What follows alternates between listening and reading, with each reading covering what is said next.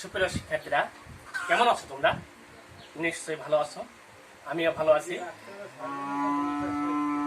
আমি শ্যামপদ মণ্ডল, সিনিয়র শিক্ষক, আল কামিলনী মাধ্যমিক বিদ্যালয়ের পক্ষ থেকে, অনলাইনের পক্ষ থেকে সকলকে শুভেচ্ছা জ্ঞাপন করছি। সুপ্রিয় শিক্ষার্থীরা, বিশেষত আল কামিলনী মাধ্যমিক বিদ্যালয়ের শিক্ষার্থীরা, ইতিমধ্যে তোমরা আমাদের স্কুলের ফেসবুক আইডি পেয়ে গেছো। তোমরা নিশ্চয়ই খাতা কলম নিয়ে প্রস্তুত আছো। সাথে সাথে সারা দেশের শিক্ষার্থীদের, নবম দশম শ্রেণীর শিক্ষার্থীদের বলবো, তোমরা এই ক্লাসটি লক্ষ্য করো এবং এই ক্লাসটি লক্ষ্য করলে তোমরা বেশ কিছু জানতে পারবে এবং আজকের পাঠের সফলতা নির্ভর করবে। সুপ্রিয় শিক্ষার্থীরা, আজকে আমি প্রথমেই ক্লাসটি শুরু করবো একটি সংলাপ দিয়ে।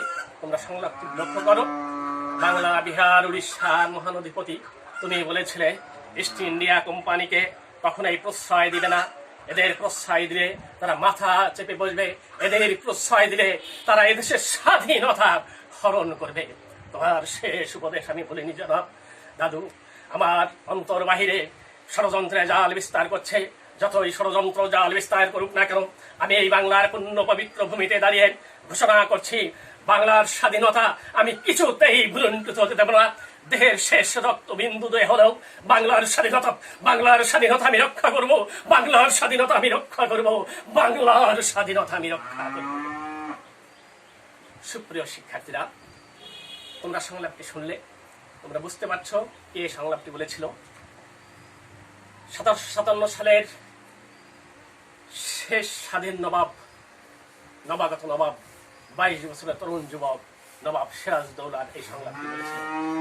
তার সময়ে তিনি ক্ষমতায় অধিষ্ঠিত হওয়ার সাথে সাথেই ষড়যন্ত্রের জাল যেভাবে বিস্তার লাভ করেছিল, সেই প্রেক্ষাপটের আলোকেই তিনি এই সংলাপটি বলেছিলেন তার দাদু আলীবর্দী খানের কাছে। সুপ্রিয় শিক্ষার্থী, বাস্তবিকই এই নবাগত নবাব সিরাজউদ্দৌলা রাষ্ট্র ক্ষমতায় বসার পরেই, সিংহাসনে আহরণের পরেই ষড়যন্ত্রের জাল চলতে থাকে। সুপ্রিয় শিক্ষার্থীরা, আজকের এই পাঠের থেকে তোমরা যেটি জানতে পারবে সেটি হচ্ছে পলাশী যুদ্ধের কারণ, পলাশী যুদ্ধের পটভূমি, পলাশী যুদ্ধে নবাবের পরাজয়ের কারণ তোমরা বর্ণনা করতে পারবে। সর্বশেষ এই যুদ্ধের ফলাফল তোমরা মূল্যায়ন করতে পারবে। সুপ্রিয় শিক্ষার্থীরা, এসো আমরা এখন জেনে নেই কেন নবাব সিংহাসনে আহরণের পরে কেন ষড়যন্ত্রের জাল বুনতে থাকলো এবং কেন এই যুদ্ধের উদ্ভব হলো, অর্থাৎ পলাশী যুদ্ধের কারণটি কি। আসো আমরা প্রথমেই জেনে নেই আলীবর্দী খান কে ছিলেন। আলীবর্দী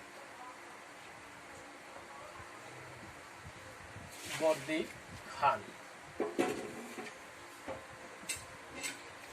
এই আলীবর্দী খান ছিলেন হচ্ছে নবাব, অর্থাৎ নবাব সিরাজের দাদু।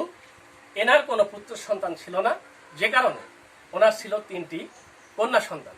রাজতন্ত্রের নিয়ম অনুসারে পুত্র সন্তান নবাব হবে, কিন্তু যেহেতু পুত্র সন্তান ছিল না, সুতরাং সঙ্গত কারণে তার মেয়ের ছেলেরাই এই রাষ্ট্র ক্ষমতায় আসার কথা।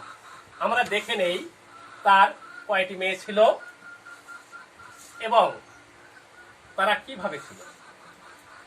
1 নম্বর ছিল হচ্ছে, বড় মেয়ে ছিল হচ্ছে ঘসেটি বেগম, মধ্য মেয়ে অজ্ঞাত, ছোট মেয়েটি হচ্ছে আমেনা।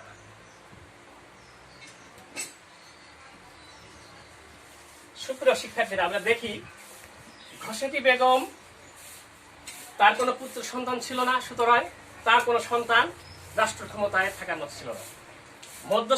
মধ্যকন্যাটি ছিল, তার ছিল হচ্ছে একটি পুত্র সন্তান, তার নাম হচ্ছে শওকত জং। এই সন্তানটি ছিল মধ্যমাতাল, নেশাখোর, যে কারণে আলীবর্দী তাকে মনোনীত করতে পারেননি। সর্বশেষ ছোট কন্যাটি ছিলেন আমেনা। এনার একটি পুত্র নবাব সিরাজউদ্দৌলা, আজকে আমরা তাকে ঘোষণা করছি সিরাজউদ্দৌলা।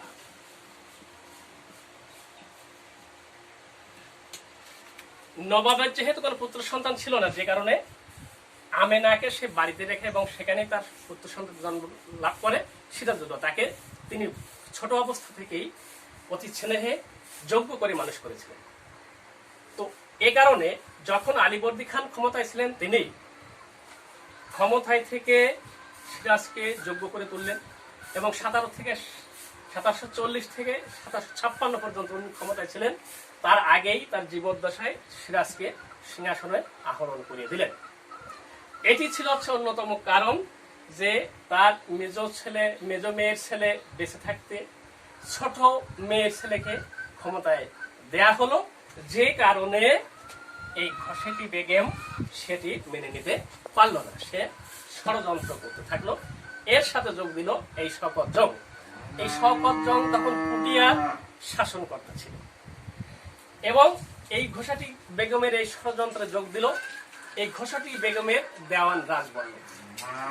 সুপ্রিয় শিক্ষার্থীরা, যখন সিরাজউদ্দৌলা এই ঘটনাটি জানতে পারে তখন সাথে সাথেই ঘোষাটি বেগমকে নজরবন্দি করে রাখে। এই পূর্ণিয়ার শাসনকর্তা শওকত জংকে যুদ্ধে পরাজিত করে নিহত করে। সুতরাং সিরাজউদ্দৌলার ভিতরের পরিবারের ভিতরে যে ষড়যন্ত্র সেটি বন্ধ হয়, কিন্তু বাইরের ষড়যন্ত্র চলতে থাকে। এর সাথে যোগ দেয় নবাবের প্রধান সেফাউছলার মির্জাফর। এরা ষড়যন্ত্র করতে থাকে এবং সাথে সাথে সাথে আরো কিছু ঘটনা এই পলাশী যুদ্ধের কারণ হিসেবে উদ্ভব হয়। আমরা ঘটনাগুলো আমরা পয়েন্ট আকারে বিশ্লেষণ করি, তাহলে তোমরা বুঝতে পারবে যে কেন এই যুদ্ধের হয়েছিল। যুদ্ধের কারণ: 1. দস্তক অস্বীকার। 2. উপঢৌকন। 3. কুঠি স্থাপন। 4. কর প্রদানে অস্বীকৃতি।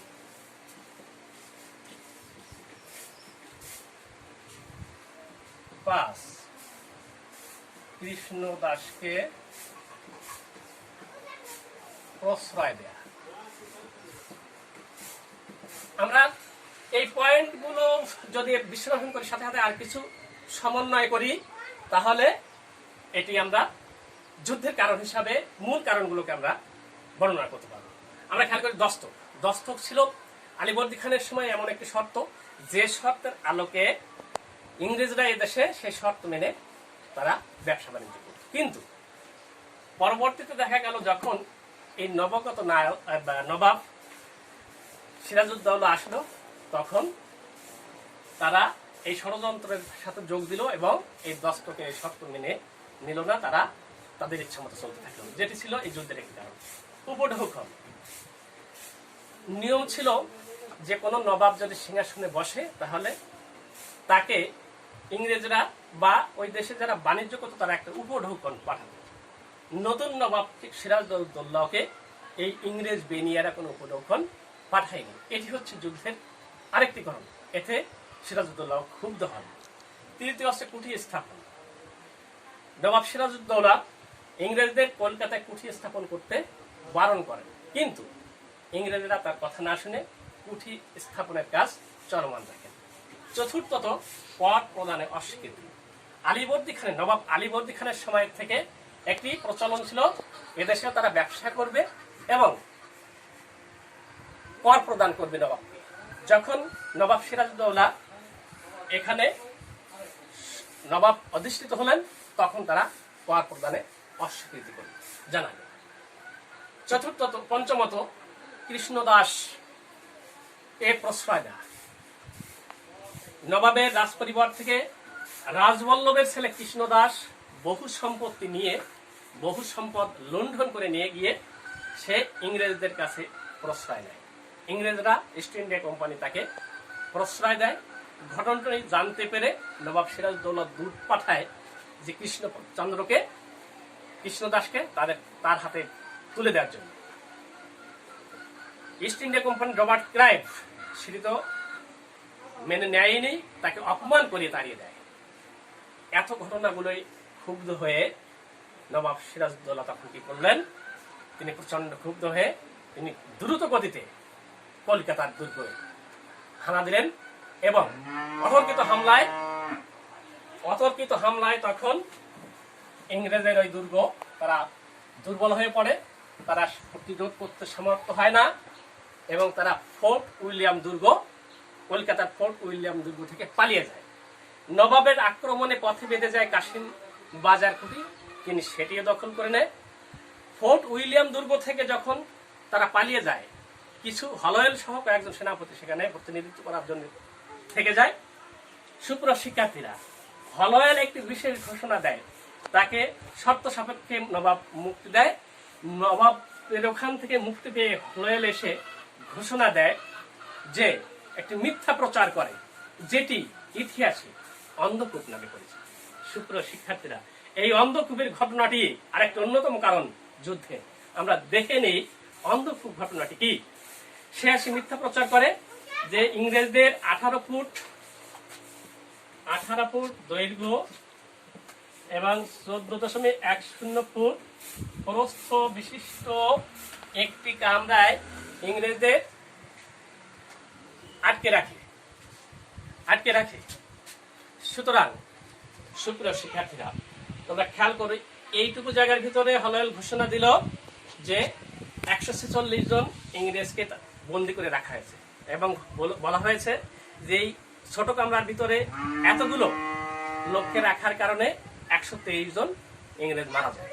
ঘটনাটি যখন মাদ্রাজে রবার্ট ক্লাইভের কানে এবং ওয়াটসনের কানে গেল, তখন তারা ভীষণ ক্ষুব্ধ হলো এবং দ্রুত গতিতে তারা উত্তেজিত হয়ে সৈন্যবাহন নিয়ে এসে কলকাতার ফোর্ট উইলিয়াম দুর্গে হানা দিল এবং তৎকালীন ওখানকার সেনাপতি মানিক চাঁদকে পরাজিত করে কুঠি দখল করে নিল। দেশের ভিতরে এবং বাহিরে ষড়যন্ত্র এবং হতাশ অবস্থায় নবাব সিরাজউদ্দৌলা তখন গৃহবল হয়ে ইংরেজ রবার্ট ক্লাইভের সাথে নতজানু হয়ে এক শর্তে আবদ্ধ হন, যেটি ইতিহাসে আলীনগর সন্ধি নামে পরিচিত। তোমরা খেয়াল করে থাকবে, আলীনগর সন্ধি আছে। এই আলীনগর সন্ধিটা কি তোমাদের প্রশ্নে আসে?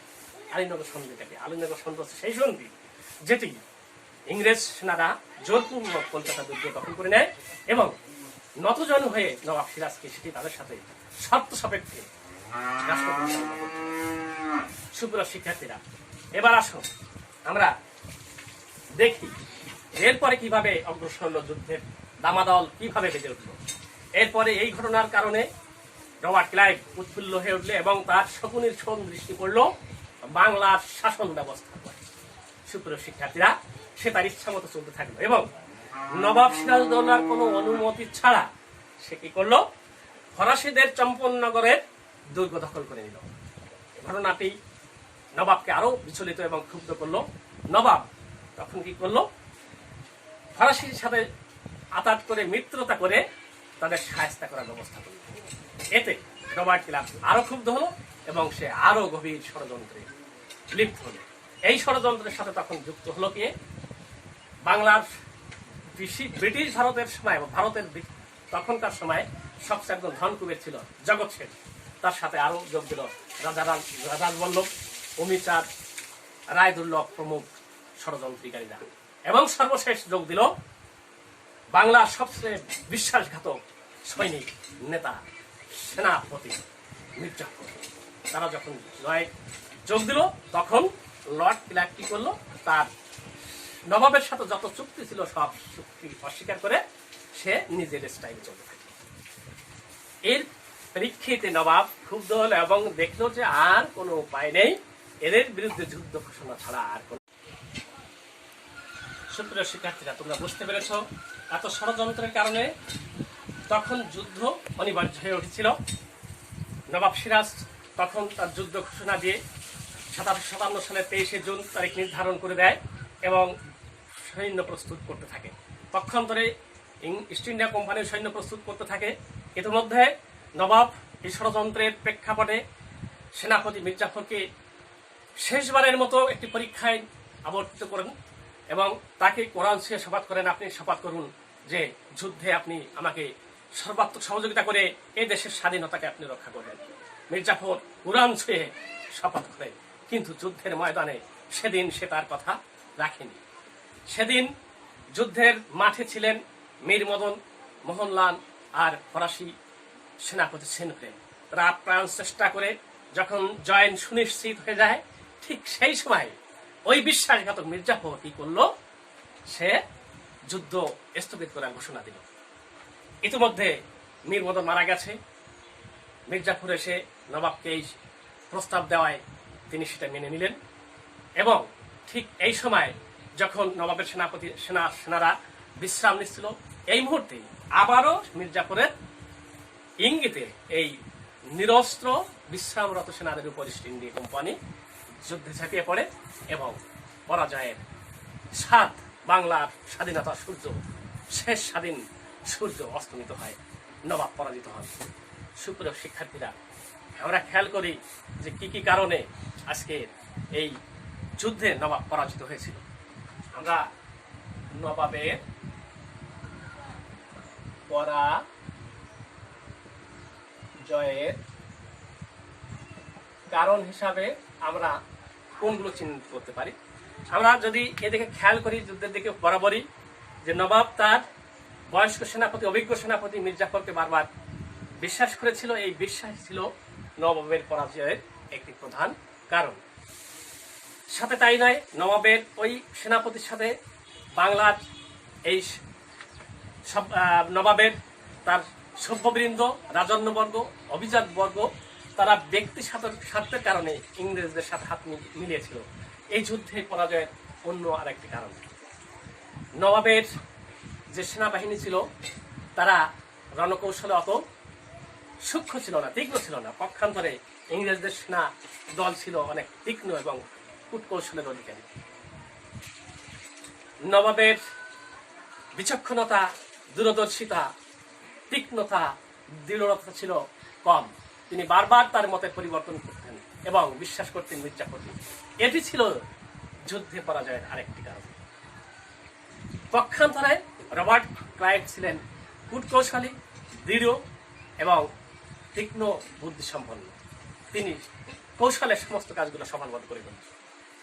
আরেকটি বিশেষ কারণ আমি সংলাপের সময় তোমাদেরকে বলেছিলাম যে নবাব তার দাদু আলীবর্দী খানের যে উপদেশের কথা স্মরণ করেছিলেন, কিন্তু বাস্তবে সেই উপদেশকে নির্ভর করে তিনি চলেননি। অর্থাৎ ইস্ট ইন্ডিয়া কোম্পানি এবং ফরাসিদের তিনি সতর্কতার সাথে রাখেননি।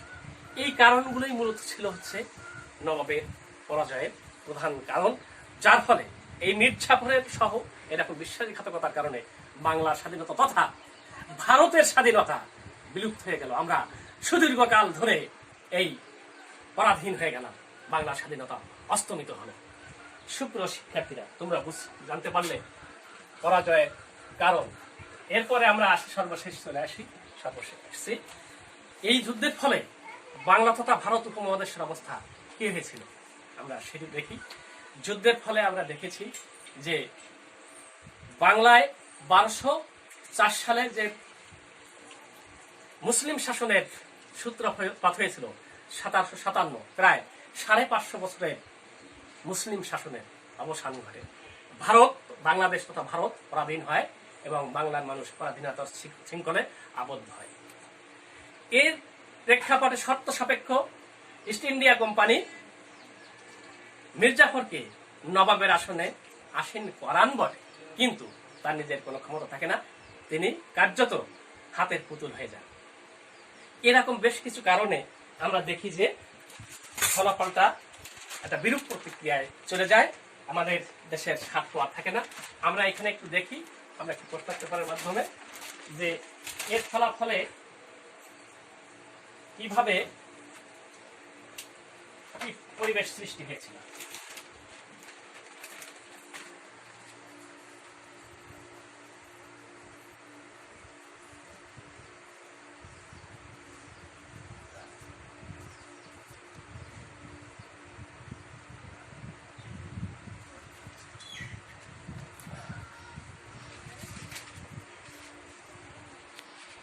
আমরা খেয়াল করি যুদ্ধের ফলাফলে কি হয়েছিল। পলাশী যুদ্ধের ফলাফল সিরাজদৌল্লার পরাজয় ও বাংলায় মুসলিম শাসনের অবসান এবং উপনিবেশিক শাসন শুরু হয়েছিল।